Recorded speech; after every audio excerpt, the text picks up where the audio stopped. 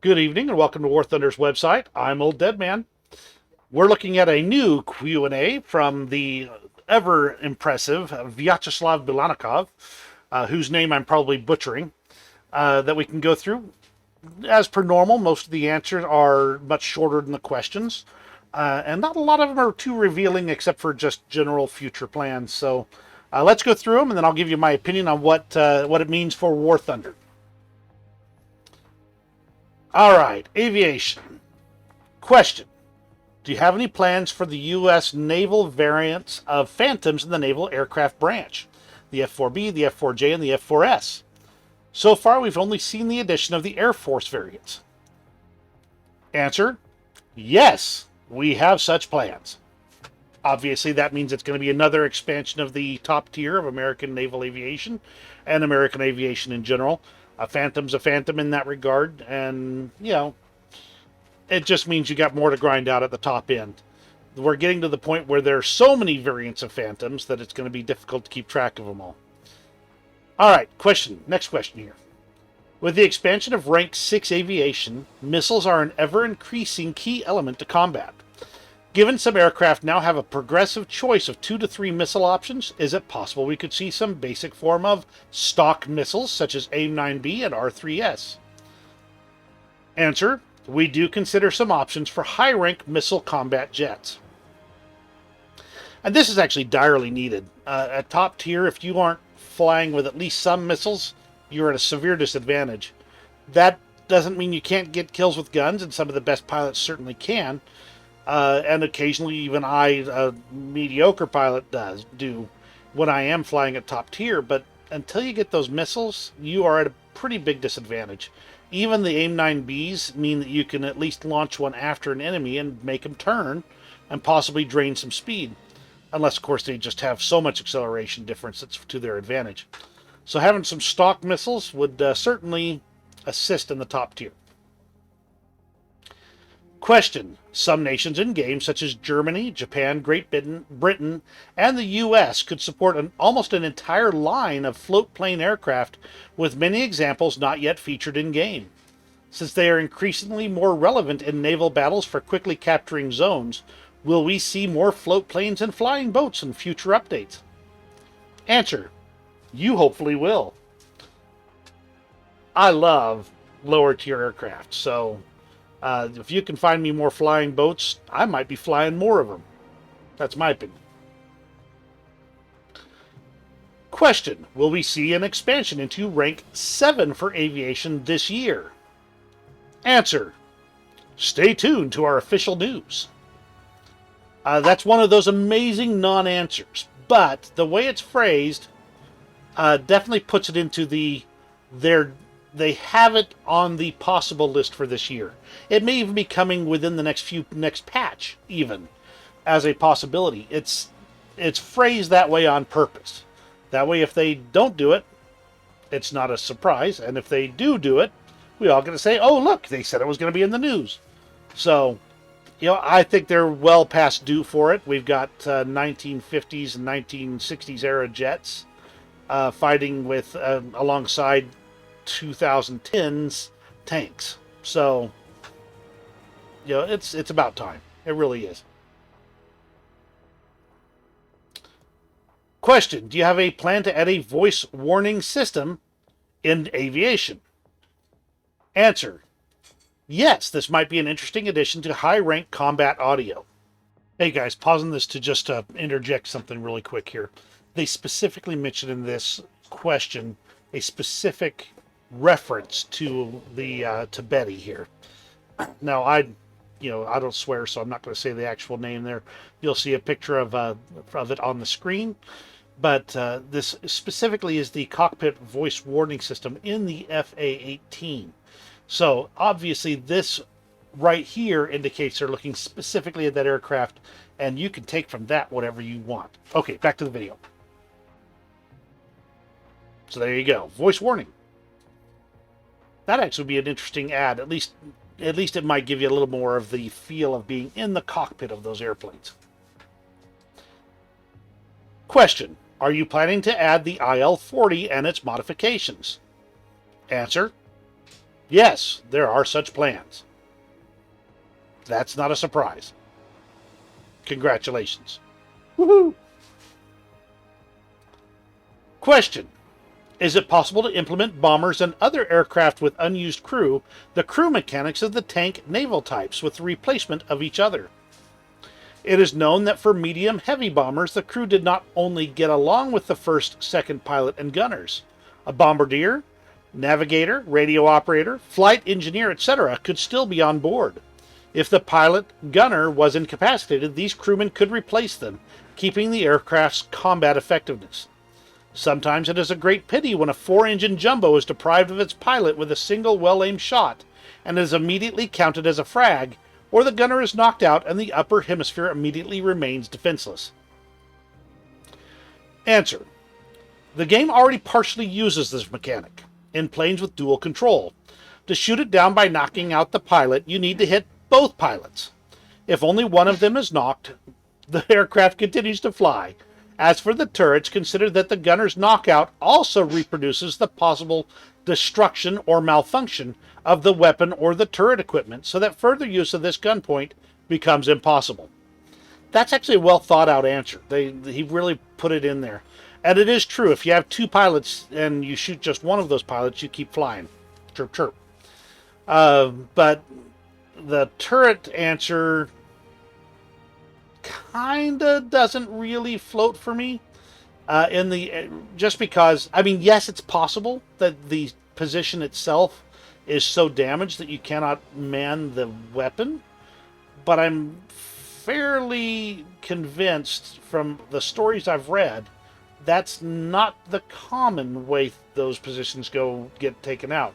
It's much more common for the gunner himself to be killed, and and somebody else would be able to take over that position. I would point to the story of Old 666 as an example of this. Of course, that may fall under survivorship bias in that regard, but they would have gunners that would be shot away from the gun point in the Old 666, the B-17, and another person would take their place and keep it going, and of course, the less crew they had, the less positions they could man. Old 666, for those who don't know, and I'm going to give a very short summary of the story here, just to keep it short. Old 666 was a B-17 that ended up on the being next to scrapped, and there was because it seemed like everybody had bad luck flying this particular tail number of B-17. Well, there was a B-17 pilot and crew that tended to be, shall we say, in trouble all the time, to the point where they were, when they ran out of planes to give these guys, and by trouble I mean like they caused trouble in town, got into all kinds of, funny things like that. Not necessarily problems with their planes, although I'm certain they probably had a few shot out from under them. But they needed a plane because they didn't have one, and they were in so much trouble they weren't likely to get one. So somebody pointed out that Old 666 was sitting, basically half shot up on a nearby airfield. So they got Old 666, fixed it up to flying condition, and then they upgunned it. And I don't remember how many guns they upgunned it, but they upgunned it a lot, including a fixed mounted 50 cal pointed out the front of the plane that the pilot himself could trigger, point the airplane at and trigger that 50 cal. So they took a B-17, they basically stripped it of its ability to do anything but be a flying gunship. And the intention was they were going to go out and take the nastiest missions with this thing. Well, they did. They were sent to do a reconnaissance mission, taking pictures of Japan. I believe it was the mainland itself, going from memory again. And so they fly out there, and they start getting in a position to take their pictures, and that's when the Zeros started coming up to meet them. And there was like a dozen or even more Zeros coming up to attack this one singular B-17. Of course, by this point in the war, the Japanese were really ticked off at everything American bomber. So they decide they're going to go ahead and finish their mission. They get their mission done, and they're starting to come back, and these Zeros attack. And they attack, and wave after wave and after wave, and everybody on board is fighting them off with the guns. Everything's getting shot out. The oxygen system's being shot out. Controls are being shot out. People are being shot out. I mean, it was a bloodbath inside this B-17. And yet, in the end, even with minimal control and a pilot with bleeding out, who wouldn't relinquish control for as long as he could go and keep the plane in the air, they fought off all of these Zeros and flew the plane back to the field, landed it, and it practically falls apart on the runway. The pilot was so shot up he couldn't talk and couldn't move. And when he heard somebody say, "Oh, he's dead," he wanted to just reach up there and slug him in the mouth, because he was alive and he wanted to be saved. And they literally were pouring bodies out of this B-17. And as I understand, the old 666 never flew again after that. But again, I'm doing this entire story from memory here. So that's the quick summary of old 666. I might actually have to do an actual video on that sometime soon. If you're interested in that as a video, let me know in the comments, and I'll see if I can put together something on it. It was just a fascinating story. Anyway, so that, of course, is an edge case scenario. Interesting, but it doesn't necessarily answer the question. And to be honest, from a gameplay balance perspective, it's a pretty intelligent thought that you can't exactly take a gunner and stick him in the pilot's seat and have him fly the plane. Training and air crews don't work that way. But maybe the flight engineer. That was not uncommon to have a qualified flight engineer. In fact, it was very common to have pilots as flight engineers. So, that's one thing. All right, let's go into ground forces. Question: with the addition of the South African subtree, does this mean we might still see a British light tank line with vehicles such as the Scorpion, the Scimitar, the FV-721 Fox, the Alvin Saladin, and the Ferret? Answer: yes. New light combat units from Great Britain are planned. This is another one that kind of falls into the no duh territory. It's they're going to be introducing more vehicles and equipment, and eventually they're going to be adding everything. It doesn't put a time frame on it. It doesn't do anything for us except say, yeah, they're planning on it. Question: certain tanks have destructible elements of their visual models, such as side skirts. Historically, vehicles like the Tiger II, the Jagdtiger, and others often went into battle with certain parts removed. Has it been considered to allow customization of such elements in the hangar to allow individual tanks to differ more in battle, since their removal is already present in the model? Answer: such customization options are not being considered at the moment. We believe current customization variants to be various and sufficient, including combat customization, where tanks receive different hit marks from enemy shots.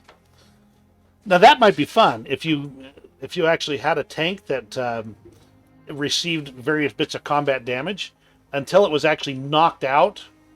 It would be interesting to have some of those shots and some of those hit marks and blast marks all over the tank. However, they're saying they're not planning on it, and I don't blame them. That's just getting to the point of such a detail level that they've got so much more that needs to be done well before they're starting to be going like, well, I'd like the third side skirt on the side of my Panzer IV-H to be removed.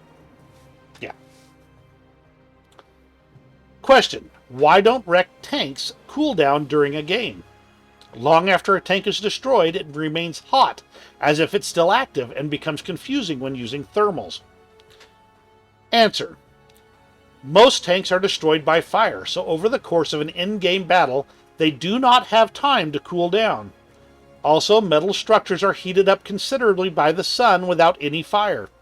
As for thermal radiation of the engine or hot exhaust gases, they disappear after the destruction of a tank. And that makes perfect sense to me. It's going to cool down, but in 15 minutes it's not going to cool down enough to look different on thermals, except for the fact that it's not emitting engine exhaust. If you've ever driven a vehicle with a larger engine a long distance, when it gets hot, it's going to be hours before it cools off. So, they're big old honking heat sinks, and tanks are even bigger ones.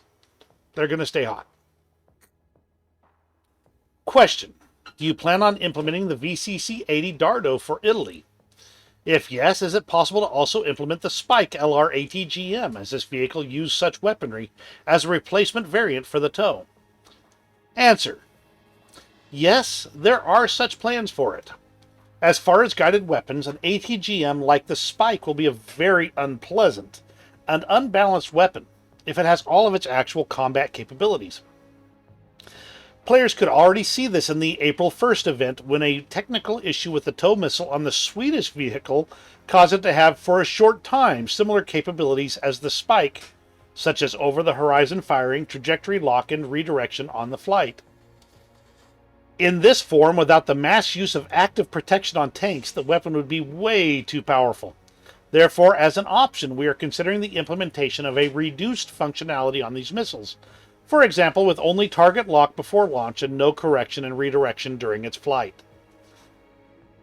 For those that missed the April Fool's event and the resultant outcry when it turned out that one of the Swedish vehicles had the capabilities of the missiles in the April Fool's event in regular matches, it was quite the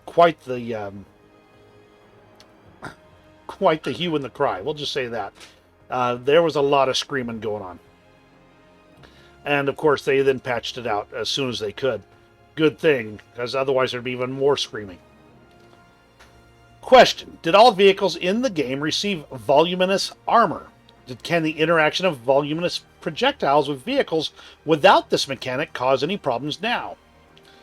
Answer: no, not all vehicles have it yet, but we are working on it, and with each major update we will release new vehicles with voluminous armor. You can define voluminous armor if the tooltip indicates armor dimensions at point. So, it's still in progress, but they did not say if there is a problem with the interactions between the two. So, I don't know. We might see bugs. Question: are you continuing to develop the functionality of suspended armor? Answer: yes, we regularly introduce vehicles with different options for additional protection. No surprise. Question: in the British tree, we currently only see the Challenger 2 as the top tier vehicle. As you are aware, they had no other tanks. Will there be an option to add tanks from the Commonwealth? Answer: not all Challenger 2 variants are available for use in game, and as we continue to see new variants and prototypes with different turrets, the Challenger will continue to serve in that capacity. So look forward to more Challengers in the British tree. They are not denying that additional tanks from the Commonwealth countries could be used, but they're definitely not saying expected. And to a certain extent, I'm not surprised.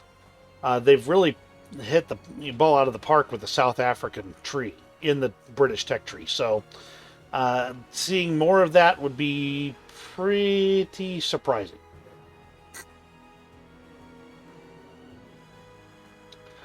Question: why is there no 3BM60 top APF SDS for the T90A and the T72B3? After all, there is the Leopard 2A6 with DM53, as well as the M1A2 Abrams with the M829A1. Are there any restrictions that prevented the introduction of this projectile? Answer: we are rather cautious about the introduction of more powerful ammunition in top-tier battles. Each such projectile is a precedent, and the devaluation of armor in general. However, the current efficiency of the top Soviet vehicles, except for the T-80U, is still noticeably inferior to the Western ones, so the reduction of the BR and the new mechanics of the high explosive damage somewhat improve the situation, but not enough. Therefore, we consider the introduction of the 3BM48 Svinets APF SDS projectile as one of the measures in tungsten variant to start from. Let's cut to the chase. Everything's having trouble with the Leopard 2A6 right now. The Abrams certainly is. And the Russian stuff is definitely having trouble with it. Although the Russian stuff doesn't seem to have any trouble with my Abrams, I'll tell you that. So everything is fighting that exact same battle. That said, it wouldn't surprise me to see better ammunition come for the Russian equipment. I'm not necessarily convinced that they're performing as badly as this, but neither am I exactly seeing them carrying matches, if you know what I'm saying. All right, let's move on to naval forces. Question. Currently, torpedo tubes can be detonated and almost instantly kill a ship. This specifically hurts Japanese destroyers the most and makes them much harder to play as they feature an easy external ammo rack of sorts now. Do you have any plans for this part of the damage model in terms of refining how it works to make destroyers with torpedoes less likely to explode? Answer. This issue is going to be fixed and the explosion chance will be significantly reduced. Admittedly, that makes sense. I mean, just because you put a hole in a torpedo does not mean that torpedo is going to blow up. There's an awful lot of room there. And in Japanese destroyers, they're more likely to blow up than, say, American ones. But then again, the American torpedoes had troubles blowing up in the first place. You know, we're not even going to get into the Type 14 torpedo. But anyway, that'll be reducing that, and that'll make sense from the long run. Question. War Thunder Warfare 2077 showed an interesting controllable UAV for the Hydra. Is it possible this mechanic could also work for ships with catapult aircraft modeled that could be tested? Answer. It is a very interesting mechanics for us, and we consider various applications both in naval and ground battles. Translation, they're looking into it. And they're obviously getting serious about it because, they wouldn't say it that way. Question. Do you plan to introduce naval enduring confrontation, realistic battles in a permanent mode, like helicopter confrontation arcade battles or air confrontation simulator battles? I would like to see this mode more often. The last test showed its best sides. Answer. No. We plan to continue the events as intermittently held. I think they're having trouble with getting enough interest ongoing in the enduring confrontation to do that. I think that's the problem they're facing. That said, by keeping it intermittent, that lets them adjust and tweak and mess around with things. Maybe there's more changes to come.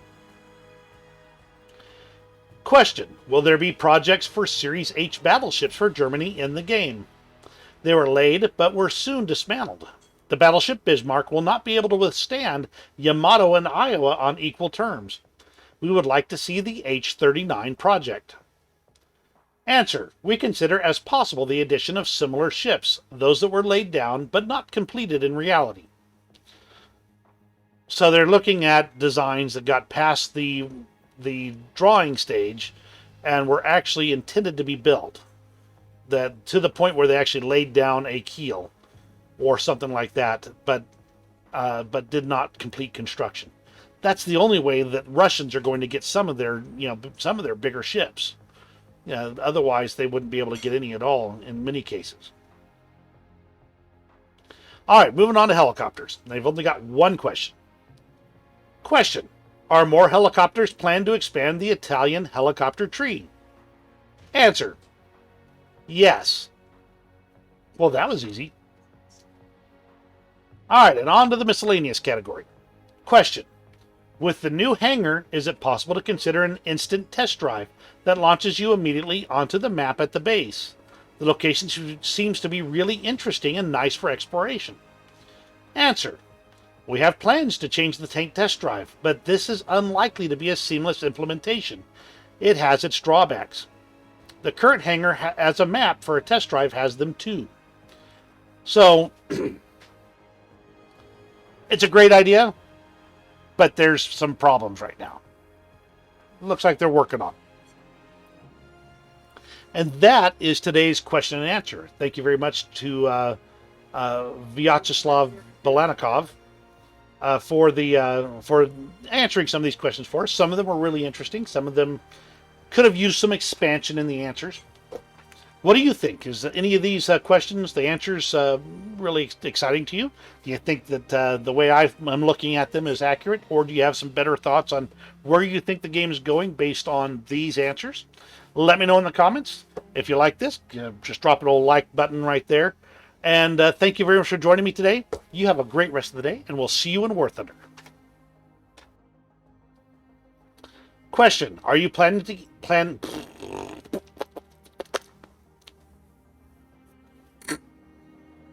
Let's try that again, shall we? No, English, tongue twisters. Elements of their visual model, such as sky